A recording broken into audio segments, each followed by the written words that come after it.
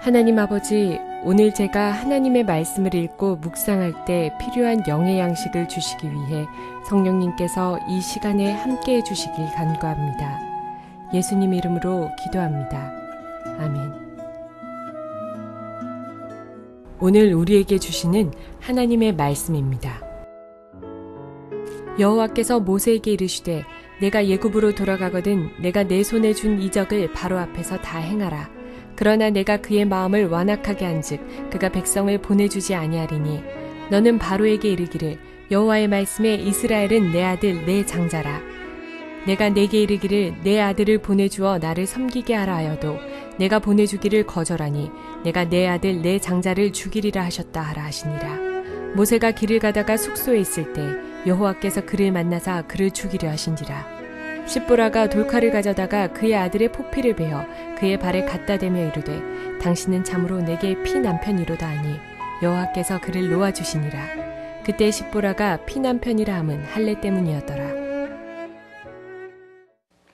사랑하는 성도 여러분, 평안하셨습니까? 오늘도 주님께서 주시는 말씀을 통하여 복된 하루를 열어가시기 바랍니다. 오늘 우리에게 주실 하나님의 말씀은 출애굽기 4장 21절에서 26절 말씀입니다.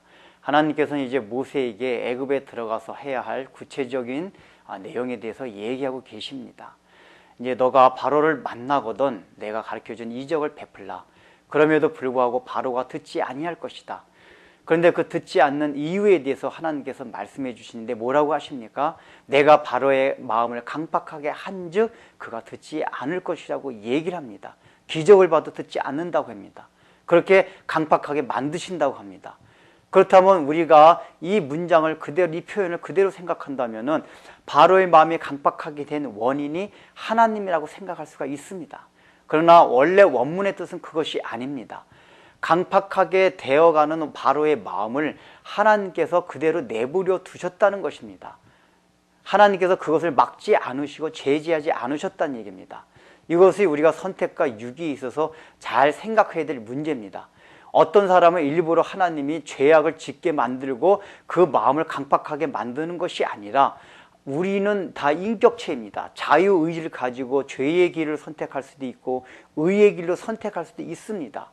근데 하나님께서 어떤 사람은 죄의 길로 선택해서 그쪽으로 가는 것을 그냥 막지 않고 내버려 두십니다. 그게 육입니다. 그런데 어떤 사람은 참 감사하게도 그것을 막으시고 제지하시고 다른 길, 바른 길로 가게 만드십니다. 원래는 나쁜 길로 가게 돼 있었는데, 죄악의 길, 멸망의 길로 가게 돼 있었는데 일부분을 선택해가지고 옳은 길로 가게 만든 겁니다. 그렇기 때문에 우리는 그걸 감사해야 되는 겁니다. 거기에 대해서 왜 하나님이 불공평하냐고 말할 수가 없습니다. 왜냐하면 그 중에 일부라도 건져낸 것 자체가 우리한테 감사한 일이기 때문입니다. 이러한 관점에서 지금 이 표현도 생각해야만 됩니다. 다만 바로의 마음을 이렇게 강팍한 것을 그대로 내버려 두신 것은, 그래서 하나님의 구원의 역사를 천천히 그렇게 역사하게 하신 것은 하나님께서 그 영광을 더 크게 나타내시기 위해서 강팍한 바로의 마음을 그대로 내버려 둔 것 뿐입니다. 그러면서 이제 하나님께서 모세에게 또 말씀하십니다. 지금 너가 이끌고 나갈 이스라엘 그 민족들은 나의 아들이요 장자라고 말합니다. 그 장자가 어떤 위치에 있는 사람입니까? 바로 아버지의 모든 유업을 다 받을 사람들입니다. 즉 하나님의 나라의 유업을 받을 그 민족으로 너희들을 선택했다. 이 히브리인들을 선택했다. 그렇기 때문에 너는 걱정하지 말라는 것입니다. 내가 그렇게 선택했기 때문에 반드시 너로 하여금 이끌고 나가겠다 하는 것을 모세에게 지금 가르쳐주고 있는 것입니다. 그런데 이 말씀을 하시고 나서 24절에 이상한 장면이 나옵니다. 하나님께서 모세의 숙소에 찾아가셔서 그를 죽이시려고 하시는 장면이 나옵니다. 갑자기 뜬금없이 모세를 죽이려고 하십니다. 그런데 그 다음 절에 무슨 장면이 나옵니까? 십보라가 그것을 보고 자기 아들의 양피를 잘랐다고 하고 있습니다. 그것은 바로 포경수술, 즉 할례를 행하는 것을 말합니다. 즉 모세가 하나님으로부터 죽임을 당하고 있는 이유가 바로 자기 아들을 할례를 주지 않았기 때문이라고 지금 성경이 말하고 있는 것입니다. 이것을 십보라도 알고 있었던 것입니다. 지금 이제 성경에서는 이 내용에 대해서 구체적으로 나오고 있지 않습니다. 근데 오늘 그 24절 표현을 보면 양피가 단수로 되어 있습니다. 그렇기 때문에 두 아들을 다 할례를 준 것이 아니라 한 아들만 할례를 주었다는 것입니다. 아마도 우리가 추정하건대 첫째 아들인 게르솜은 아마 모세가 할례를 주었던 것 같습니다. 그 과정에서 아마 십보라와 많은 언쟁과 또 여러 가지 갈등이 있었던 것 같습니다. 왜냐하면 모세는 어릴 때부터 그 자기 어머니로부터 그 언약 관계에 있는 백성으로서 해야 할 할례에 대해서 수도 없이 들어왔을 것입니다. 그래서 그가 결혼해서 게르솜을 난 다음에 난 지 8일 만에 할례를 주려고 했을 것입니다. 그러나 십보라는 히브리인이 아니었습니다. 처음엔 언약 관계에 들어온 백성이 아니었습니다. 그래서 그것을 이해하지 못했을 것입니다. 왜냐하면 난 지 8일 만에 그 갓난 아기를 그 퍼피를 자른다는 것이 얼마나 엄마의 마음으로서 마음이 아팠겠습니까? 옛날에는 의술이 발달되지 아니하였습니다. 지금은 의학적으로 8일 만에 할례를 주는 것이 가장 상처를 빨리 아물게 되는 때라고 의학적으로 밝혀졌지만은 그 당시에는 그것이 밝혀지지 않았을 때입니다. 그러므로 아마 십보라가 그것을 반대했던 것 같습니다. 그럼에도 불구하고 게르솜은 할례를 주었는데 둘째 아들 아마 엘리에셀은 이제 그 모세가 하나님으로부터 소명을 받고 여러 가지 그런 그 아들에게 할례를 줄 수 있는 그런 깊은 생각할 겨를이 없었던 것 같습니다. 그래서 그것을 간과하고 지나치고 할례를 주지 못했던 것 같습니다. 그래서 어머니의 뜻에 의해 가지고 할례를 주지 못하고 모세는 그냥 지나갔습니다. 그런데 하나님께서 바로 그것 때문에 지금 모세를 죽이려고 하신 것입니다. 아마도 모세를 열병이나 어떤 그 당시에 풍토병으로 하나님께서 죽이시려고 한 것 같습니다. 그래서 십보라가 그것을 보고 십보라는 즉각적으로 이것이 엘리에셀을 바로 할례를 주지 않은 것 때문에 하나님이 지금 남편을 죽이는구나 하는 것을 깨달은 것입니다. 왜 하나님이 이스라엘 민족이 장자라는 것을 얘기한 다음에 이 할례 사건을 통해서 할례를 받지 아니하면 죽임을 당한다는 것을 말하고 있습니까? 이것은 바로 이 장자로서 갖는 위치만큼 너희가 할례를 받지 아니하면, 할례가 무엇입니까? 다른 이방 민족과 구별되는 그 삶으로서 정체성과 삶을 갖지 아니하면 죽임을 당한다는 것을 모세로 하여금 가르쳐 주고 있는 것입니다.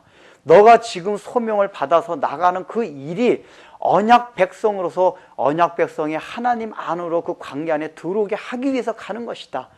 다시 말하면 할례를 받은 백성으로서의 삶을 위해서 소명을 받아서 가는데 정작 너의 아들을 할례 주지 않았다면은 죽임을 당하는 것이 마땅하다는 것을 하나님께서 가르쳐 주시고자 바로 모세를 죽이고자 한 것입니다. 그래서 십보라가 어떻게 행동합니까? 그렇게 할례를 준 다음에 그 자른 포피를 모세 앞에 떨어뜨립니다. 그러면서 한 말이 당신은 피남편이라고 얘기합니다.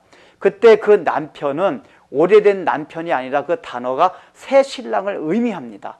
즉 죽을 뻔했던 그 남편을 새롭게 얻었다는 얘기입니다. 무엇을 통해서요? 바로 표피가 잘라지는 그 피를 통해 가지고 새 생명, 새 신랑을 얻었다는 얘기입니다. 이것은 나중에 이제 이스라엘 백성들이 장자가 이 모든 애굽의 장자들이 죽는 가운데서도 이스라엘 장자들은 죽지 않는 그 양을 죽임을 통해서 그 피를 통해서 장자들이 죽지 않는, 피를 통해서 죽음을 맛보지 않는 그것을 지금 암시해 주고 있습니다. 그래서 새로운 생명을 얻었다는 얘기입니다. 지금 우리에게 요구하시는 것이 그것입니다. 너희들이 이제 언약 백성 안에 들어온 나의 장자들이다. 그렇다면 할례를 반드시 받아야 된다. 할례를 행하지 아니하면 반드시 죽임을 당한다는 것입니다. 우리가 오늘날 우리의 삶 가운데 우리의 마음에 할례를 받지 아니하고 세상 사람들과 예수를 믿음에도 교회를 다님에도 불구하고 똑같이 산다면은 영적으로 죽임을 당한다는 것입니다. 교회만 다니는 것 뿐이지 하나님과 상관없는 그런 죽음 가운데서 계속 살고 있을 수 있다는 것을 하나님께서 우리에게 지금 말씀해 주신 겁니다. 기도하겠습니다. 하나님 아버지, 모세는 이스라엘이 장자라는 그 말씀을 듣고 나서 오히려 자기 아들을 할례를 주지 않은 것으로 인해서 하나님 앞에 죽임을 당합니다.